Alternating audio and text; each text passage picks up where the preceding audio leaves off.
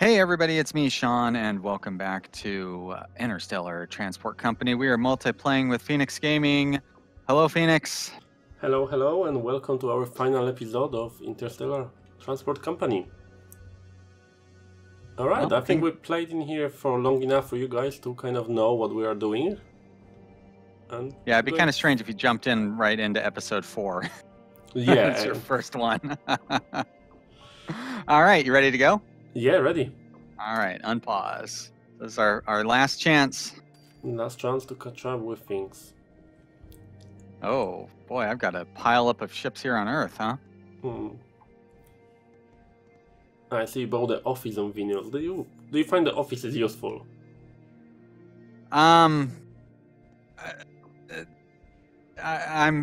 jury is still out on that one. Yeah.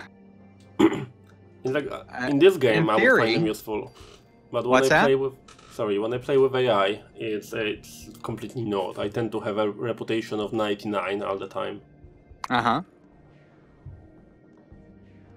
It's like the more. Yeah, I don't think I really needed one here because my reputation is 95 and yours is 23. So. Yeah, you establish a colony. They love you for it, don't they? Yeah. Although, you know, like I just upgraded my maintenance hangar and it took a hit, but not as much. It didn't take a 5% hit. It looked like it only took like a 1% hit. Well, that's not too bad then. Yeah, I can deal with that.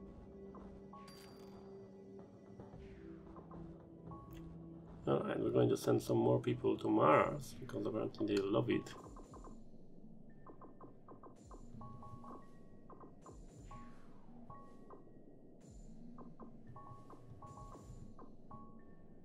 No, why business? I didn't want business people. Okay. We're doing a pretty good job of keeping Earth from overflowing with passengers. Yeah, Earth is actually not. I tend to send them a lot. You tend to send them a lot, so I think that sorts it out quite well.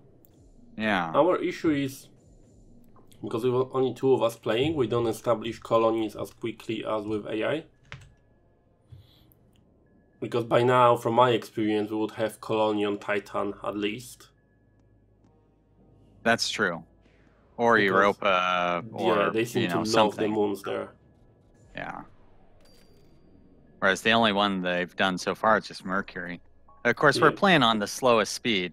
We've only been going for 2 years, yeah. Because normally I play on speed 3 or speed 4. Yeah, if I play for myself, I tend to that way as well. Pause it whenever you're doing anything with ships, and then put it on speed 4 when you're not doing anything with ships. I mean, I've seen people... From what I saw in the Discord, they're working very hard on fixing the problems where when you have the ship window open, nothing works right. They're working really hard to fix that. Yeah. I mean, people said the game looks boring, but for me, it's not about how the graphic looks in here, because the graphics are not important as much for me in this game. It's like I find it more that it's, you know, all the menus are important for me more than the graphics. I agree. Like, I could easily play it with dots instead of the ships, and I could still do it, you know? Yeah. Yeah, like what's that? There's that one space game that is very, very low resolution graphics. Can't remember what it's called. I know Quill 18 did a Let's Play series on it once. Was it on the landing on the planet or not? No, it was kind of like Stellaris. It could be, I don't know. But it was not Stellaris, you know. It was something that just had very bad graphics. I can't remember what it's called though. All right. Master of Orion. What's that? Master of Orion. No. I mean, this was like Dwarf Fortress kind of level of graphics. That doesn't matter. The point is that game was very detailed and had really good economy, and so like, you know, just like that's what I like about this game. It's not about the graphics, which the graphics are fine. Yeah, they're good enough. But the economy and the detailed gameplay is what is so fascinating for me in this. Yeah.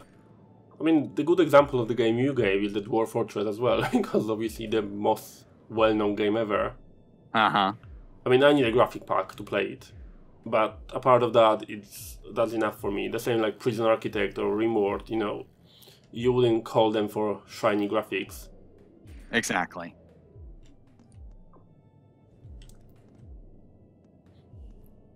Now I forgot what I was going to do. Oh, right.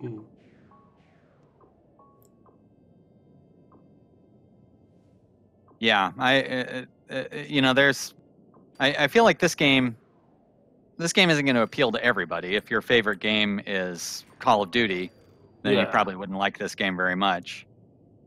No, but for people who like Railroad Tycoon or something like that, you're going to love this kind of.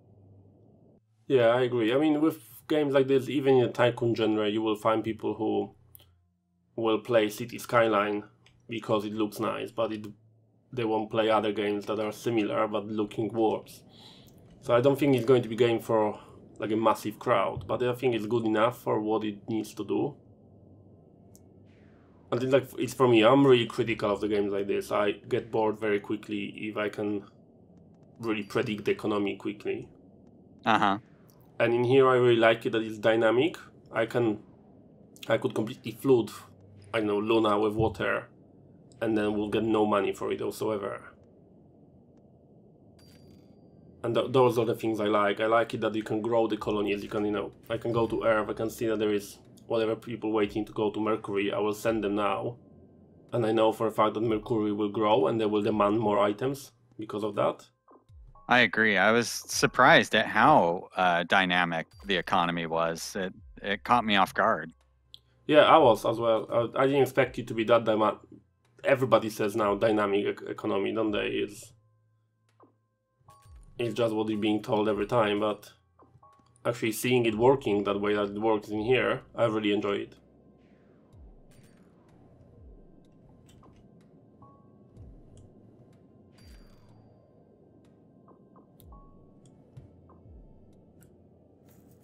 And you know, the dynamism, I guess, of it really comes into play because you have to stay on top of your routes. You can't just set them and then never look at them again. No, or else you'll go broke. The only thing I'm worried about is when you actually start going into more solar systems, will you be able to physically keep up with it or not? That's a good point. Like, because I've never played for more than maybe 13 years. Yeah. And even then, when you have 150 ships going, it can get a little overwhelming. Mm-hmm. So I imagine if you go 40 years out, it would be pretty ridiculous. Yeah. Also, like I tried to play the game when I was only using rockets. And at one point, I was having like 200 or 300 rockets going at the same time, and it lagged it completely. Yeah, so there are obviously still early access, so they will be working on it, but there are certain limitations that you are struggling to go past, really. I'm the kind of, like, I like to play games where you have to start over anyways, so I'm fine with that. Yeah, I mean, it doesn't bother me that much. It's just, I would find it a shame to have a massive, you know, solar systems around and you can't get to this stage because it's getting too difficult to play. Yeah, I agree. Yeah, if they were not working on it, then it would be a different story. Yeah, definitely. Or if it's still this way like a year from now, you know, then we have something to worry about, yeah. But I don't think that'll be the case at all. No. The local authorities of Luna has built a small rare resource on Mars. That's nice of them because we will need that. Yeah, I don't know that I've ever seen that happen before. A lot of rare resource now. Look at that. Like, whoa. A lot. Oh, jeez. Good. We need it. Wow, they're jealous of Venus. They must be thinking like, oh no. But you know what? I'm gonna go ahead. I'm actually gonna do a rare resource mine on Venus. Ah.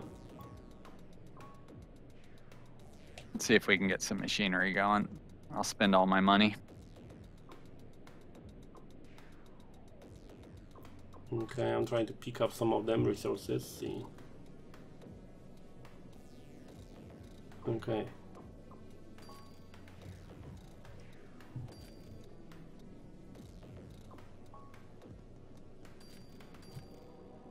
Huh.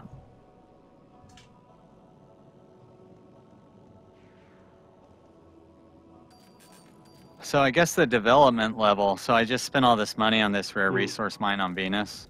Yeah. And it's still not producing any rare resources. I mean, the rare resources from here don't bring me that much money either, to be honest. From Luna, I'm trying to bring them. You would think the rare resources will bring way more, and they don't.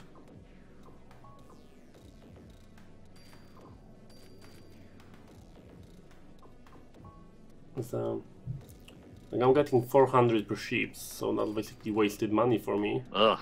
Yeah, that's terrible. It is tragic. Yeah, I just spent $500,000 to build a rare resource mine on Venus, and the rare resource production is 0. Because we need to deliver machines to Venus. Yeah, it takes a while to get things going there, doesn't it?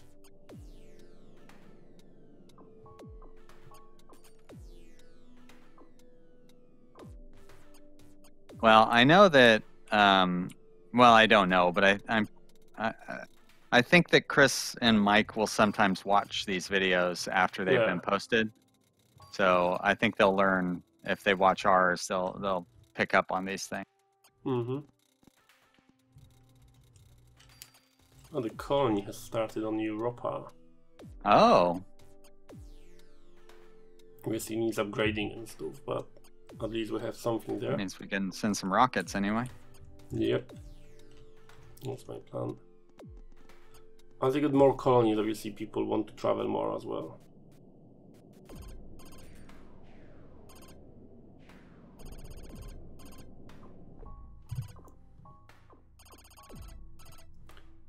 Okay. I do like it as you get deeper in and you have these nice steady streams of ships going back and forth. It looks really nice. It does, yeah.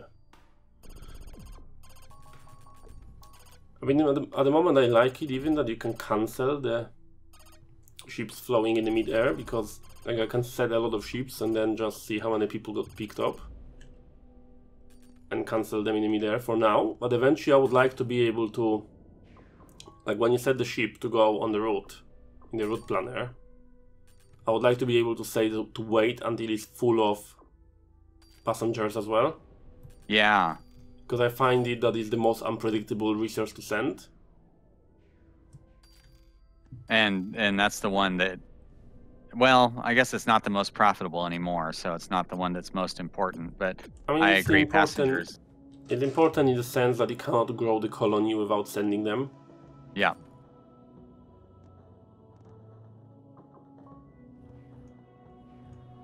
Alright, nice.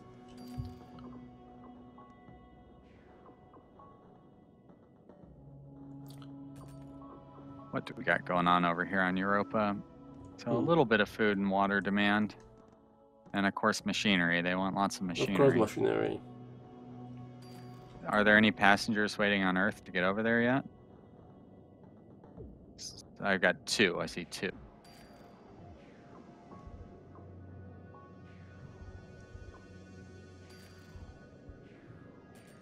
How's Venus doing? Too much food and water. So it must need more people. There's nobody waiting on Earth to go there either, so I guess we just gotta wait, I guess. There's I'm trying here as well, but it's difficult to keep it up for now. Just my ships look so lonely. It's like 50 of yours flowing, and there is like one my random red one there tagging along. What I would really love in this game, though, is the ability to upgrade the ships. Rather than buying the new ones, I would like to be just able to go in and purchase new ships and go from upgrade all the space buses D500 to D520. Yeah, like in Transport Fever. Have you played that? Yeah. So basically, when the ship lands, it would sell the old ship and replace it with a new ship. Yeah, I would love that ability to do it. That'd be great. Because I really enjoy the games like Factorio when you can constantly upgrade your network. Mm-hmm. Oh yeah, that's great. Where you just lay over the new pieces. Yeah, I love that. It's like the best part of this game for me.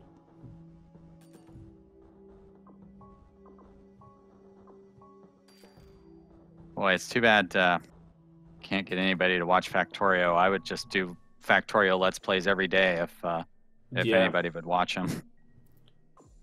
I think Arumba has got all the Factorio people watching his channel.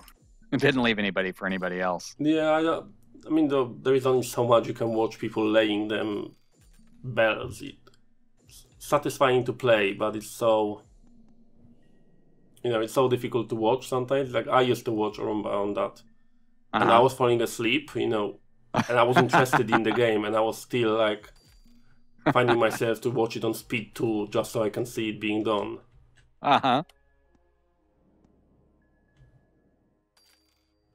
Yeah. And I'm a slow-paced player, so the game's slow-paced as it is. Yeah.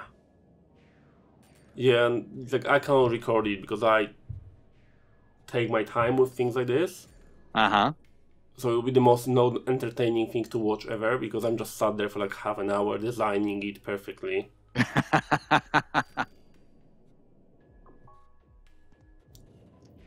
And it's like, I can't understand how people like Arumba can record it with no preparation whatsoever. It just seems to be going into it live, and like, yeah, I'm going to do that.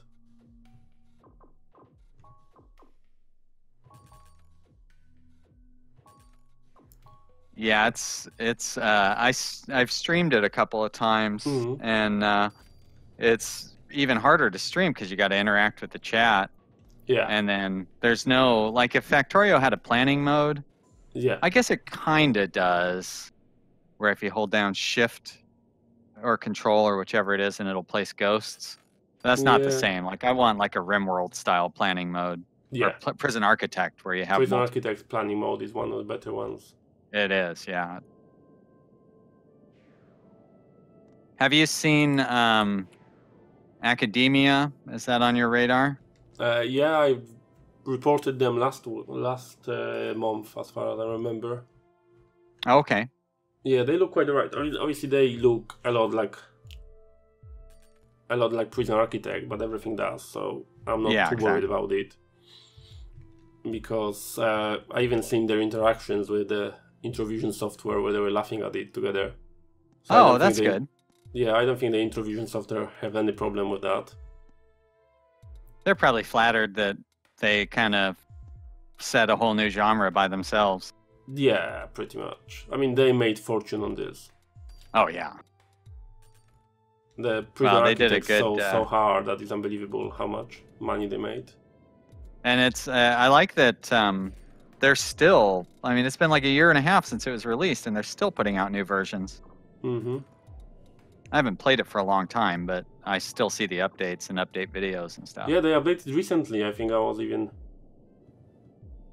saying that last time in the video, and yeah. No, they do a lot of this game still.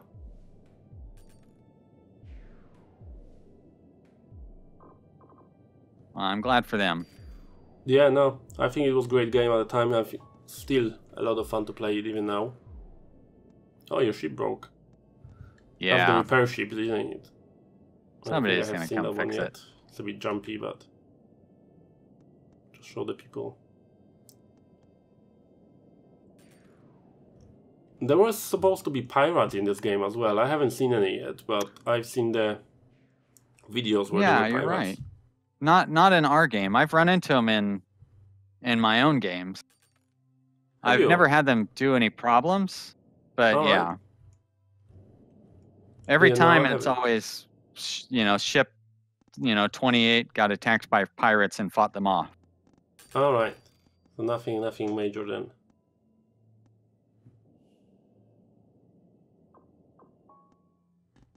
All right. How are we doing in here? I think we're kind of stagnated at our net worth. you bounced off quite quickly because obviously you have a lot of ships and managed that. But overall, I think we kind of saturated everything that there is to saturate. Like Mercury needs some water, but apart of that, nothing major happens. Yeah, Venus is saturated already. Oh yeah, Mercury needs quite a bit of stuff overall. Yeah.